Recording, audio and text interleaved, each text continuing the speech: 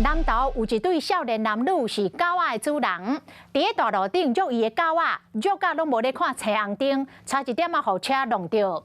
警方来提醒，带狗仔出门一定爱牵锁啊。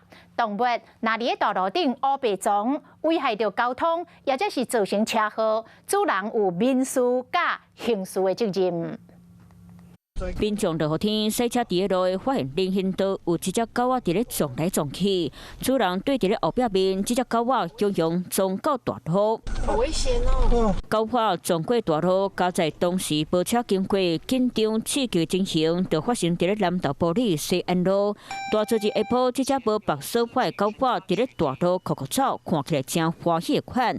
民众wal过去看到主人跍伫咧路边，双手开开，不过伊的狗仔嘛是不爱插死。 尽量把它抱在身边，或者用绳子牵着，这样子比较不会危险。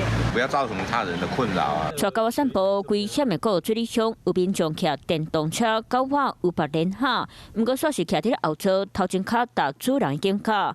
警察强调，狗仔若是雄雄走去，伫咧大路走，会当罚主人。处罚300以上600元以下的一个罚款。带狗仔设计看起来心实个趣味，不过警察强调，若是发生交通事故，除了爱负担损害赔偿，造成人员受伤，佫有刑事责任。